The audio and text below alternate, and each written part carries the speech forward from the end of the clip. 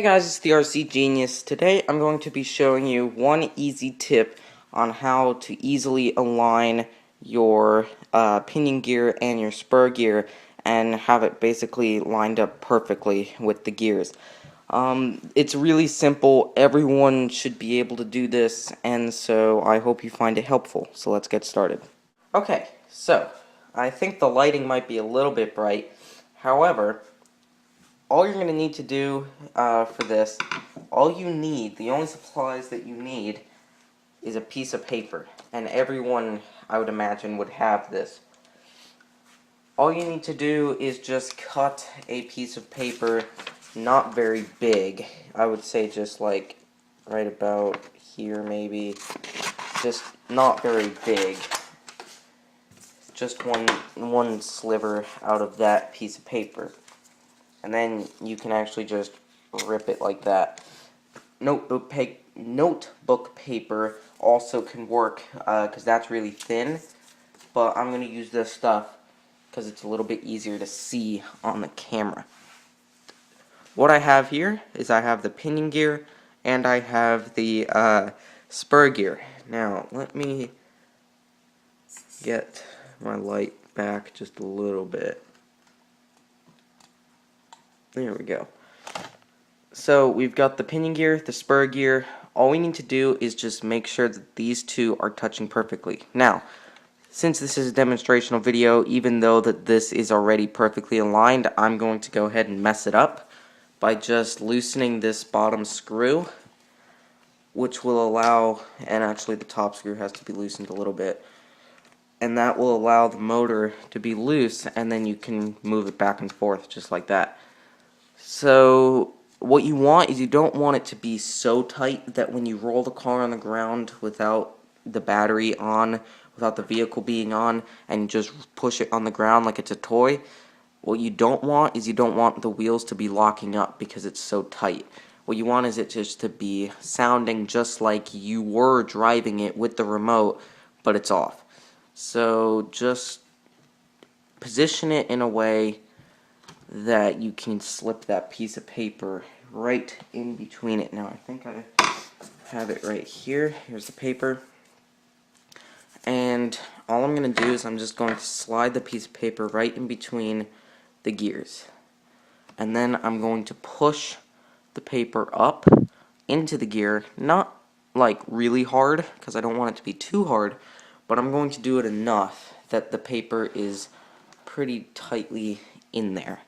Okay, next I'm going to take my screwdriver. I'm just going to tighten the two screws just like that, and then I'm going to use the spur gear to roll the piece of paper right back out. Right there, you can see it's gotten all mushed up by the gears, but now I have perfectly aligned gears. There should be just a little bit of movement if you wiggle the gear back and forth like this. There should be just a little bit where you can hear the plastic teeth hitting the metal teeth, but there really should not be a lot. If there is, then that means you might have a different pitch gear. So you want to make sure you have the same pitch, which would be this one's 48, and if you don't know, pitch is the spacing of the teeth. So if you have, I believe the smaller the pitch, I think the more teeth, or the less teeth there's going to be, something like that. It's a little bit confusing, but all I know is that's the spacing of the teeth. So both of these are 48 pitch, and you can read the spur gear. It actually says 48P on there, which is 48 pitch, and then this is 90-tooth spur gear.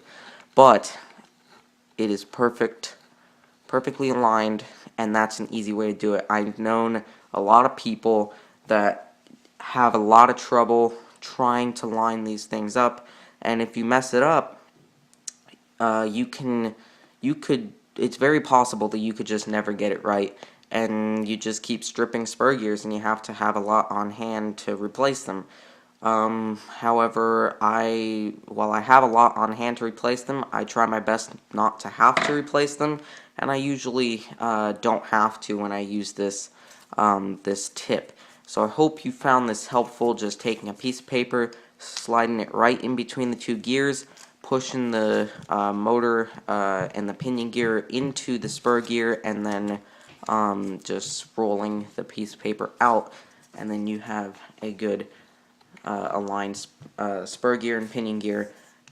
Just remember to use thin enough paper. Don't use like cardboard, obviously, and don't use business card paper. You want to use either just printer paper that is standard that you just buy at any store, or you can use notebook paper, and that's perfectly fine. So thank you everyone for watching. If you liked this video and you found it helpful, please leave a like, and if you're new to the channel and you wanted to see this video because you never knew how to do it, please subscribe, and I really appreciate all of the support that everyone has been giving me on my channel.